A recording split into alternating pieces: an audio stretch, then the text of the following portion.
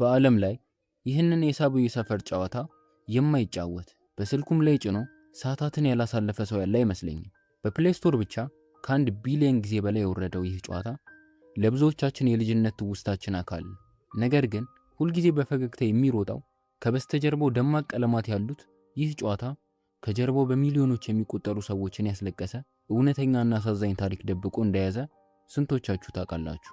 ይህ በካርቱን የተሰራው ጃክ የተባለው ልጅ ለካ በዓለም ላይ እውነት የነበረና ህይወቱን በአሰቃቂ አደጋ ያጣ ታዳጊ ልጅ መታሰቢያ ነው። በዛሬው የወርቃማ ወርልድ ቪዲዮአችን በኢንተርኔት ዓለም መነጋገሪያ የሆነውን በሚስጥር የተደበቀውንና የሳቡዌ ሰፈርን እውነተኛ ታሪክ፣ ጨዋታው የተፈጠረበትን እውነተኛ ምክንያትና በጨዋታው ውስጥ የተደበቁ አስገራሚ ሚስጥሮችን በዝርዝር እንመለከታለን።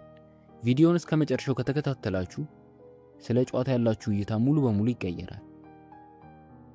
ታሪካችንን የምንጀምረው አውሮፓ ውስጥ በሚገኝ አንድ ሰላማዊ ከተማ ነው። ጃክ የሚባል የ14 ዓመት ታዳጊ ልጅ ነበር። ልጁ እንደማንኛውም ታዳጊ አልነበረም። በውስጡ እጅግ ከፍተኛ የሆነ የስዕል ተሰጥኦ ነበረው። በተለይ ደግሞ ስትሬት አርት ወይም በጎዳናና በባቡር ሀዲዶች ግድግዳ ላይ የሚሳሉ የግራፋይት ጥበቦችን በጣም ያደንቅ ነበር። ለሱ ግድግዳ ባዶ ቦታዎች ሳይሆኑ የራሱ ስሜትና ነፃነት የሚገልጽባቸው ትልልቅ ሸራዎች ነበሩ።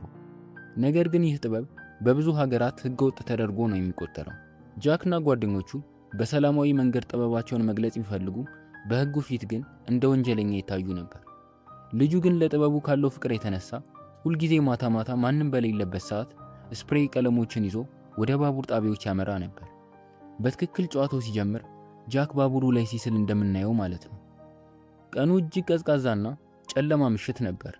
ጃክ እንደተለመደው የብረት አጥር ጥሶ ወደ ዋናው የባቡር ማቆሚያ ሀዲድ ውስጥ ይገባል። በትልቅ ባቡር አካል ላይ አዲስና ማራኪ ስዕል መሳል ጀመረ። የብረት ቀለሙ እየነፈሰ ስዕሉን ሊያጠናቅቅ ጥቂት ደቂቃዎች ሲቀሩት ግን ባልታሰበ ሁኔታ የባቡር ጣቢያው ጥበቃ ፖሊስ ከነክፉ ውሻው በድንገት በስተጀርባው ይደርስበታል። ፖሊሱ በከፍተኛ ድምፅ እጅህን ወደ ላይ አድርግ በማለት ይጮሃል። ታዳጊው ጃክ በድንጋጤ ምን ማድረግ እንዳለበት ግራ ገባው። በዚህ ህገወጥ ቦታ ላይ ከተያዘ ህይወቱና የወደፊት ተስፋው እንደሚበላሽ ስላወቀ ብቸኛ አማራጭ መሮጥ እንደሆነ ወሰነ። ቀለሞችን ጥሎ በባቡሩ ሀዲዶች መካከል በከፍተኛ ፍጥነት መጋለብ ጀመረ። ከጀርባው ፖሊሱና ውሻው አሁንም በቅርብ ርቀት ያሳድዱት ነበር። ይህ ትዕይንት ሁላችንም በስልካችን ላይ የምንጫወተው የጨዋታው ዋናው መነሻ ሐሳብ ነው። ጃክ ፖሊሱን ለመሸሽ ሲል በባቡር ሀዲዶች ላይ ግራና ቀኝ እየዘለለ ይሮጥ ነበር። አእምሮ በሙሉ ከጀርባው ባለው አሳዳጅ ላይ ስለነበር ከፊት ለፊቱ ምን እየመጣ እንደሆነ ለማስተዋል ጊዜ አልነበረው። በዚያ ቅጽበት በከፍተኛ ፍጥነት የሚጓዝ አንድ ግዙፍ ባቡር ወደሱ አቅጣጫ እየቀረበ ነበር። የባቡሩ ሹፌር ልጁን ዘግይቶ ስላየው ብሬክ ለመያዝ ቢሞክርም አልቻለም። ታዳጊው ጃክ መሸሽ በማይችልበት ጠባብ ሀዲድ ላይ ያለ ባቡሩ በከፍተኛ ፍጥነት መጥቶ ገጨው። ያ የ14 ዓመት ወጣት ጥበበኛ ልጅ ህልሙን ሳይጨርስ በዚህ አስፈሪ ምሽት በባቡር ሀዲድ ላይ ህይወቱን ወዲያውኑ አለፈች። ይህ አደጋ የቤተሰቦቹንና የጓደኞቹን ልብ ሙሉ በሙሉ ሰባበረው። ታዲያ ይህ አሳዛኝ ታሪክ ከጨዋታው ጋር እንዴት ተገናኘ? በኢንተርኔት ላይ በስፋት የሚነገረው ታሪክ እንደሚለው የዚህ ልጅ አባት ወይም ልጁን በቅርብ የሚያውቀው አንድ የጌም ዲዛይነር የልጁን ስም፣ የስዕል ፍቅርና ያንን የመጨረሻ የህይወቱን ሩጫ ሁልጊዜም ዓለም እንዲያስታውሰው ፈለገ። በዚህም ምክንያት ሳቡዌ ሰፈር የተባለውን ጨዋታ ፈጠረ። በጨዋታው ውስጥ ጃክ በባቡር ሲገጭ በፍጹም ደም አይፈስም ወይም አይሞትም። ይልቁንም ፖሊሱ ይይዘዋል ወይም ጨዋታው እንደገና ይጀምራል።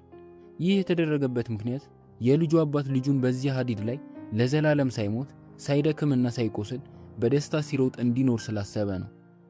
በጨዋታው ውስጥ የምናገኛቸው ሳንቲሞች፣ የባቡሩ ላይ ዝላዮች በሙሉ ልጁ በህይወት እያለ ይመኛቸው የነበሩ የነፃነት ምልክቶች ናቸው። ይህ ታሪክ በቲክቶክ እና በዩቲዩብ ላይ በሚሊዮን የሚቆጠሩ ሰዎችን ያስለቀሰ ቢሆንም ለአድማጮች ታማኝ ለመሆን አንድ እውነታ መግለጽ ግን አለብን። የጨዋታው ባለቤቶች ሳይቦ ጌምስ እንደሚሉት ይህ ታሪክ በሰዎች የተፈጠረ ክሪፕ ፔስት ወይም የኢንተርኔት ወሬ ነው ይላሉ። እነሱ ጨዋታውን የሰሩት ለጎዳና ጥበብና ፋሽን ክብር ለመስጠት እንደሆነ ይናገራሉ። ነገር ግን ታሪኩ እውነትም ይሁን ውሸት ጨዋታውን በተጫወትን ቁጥር ያንን ምስኪን ታዳጊ ልጅ እንድናስብ አድርጎናል። እናንተ ወዳጆቼ ከዚህ ታሪክ በኋላ ጨዋታውን እንደ ድሮ በደስታ መጫወት ትችላላችሁ ወይስ ታሪኩ እውነተኛ ይመስላችኋል? ሐሳባችሁን ኮሜንት ላይ አስፍሩልኝ። ቪዲዮውን ከተመቻችሁ ላይክ እንዲሁም ደግሞ ለሌሎች እንዲደርስ ሼር ማድረግ እንዳትረሱ። እንደዚህ ያሉ ድንቅ የዓለም ሚስጥሮችን ለማግኘት ወርቃማ ወርልድ ቻናልን ሰብስክራይብ ማድረጋችሁን አትርሱ። በሚቀጥለው አስገራሚ ቪዲዮ እስከምንገናኝ ሰላም።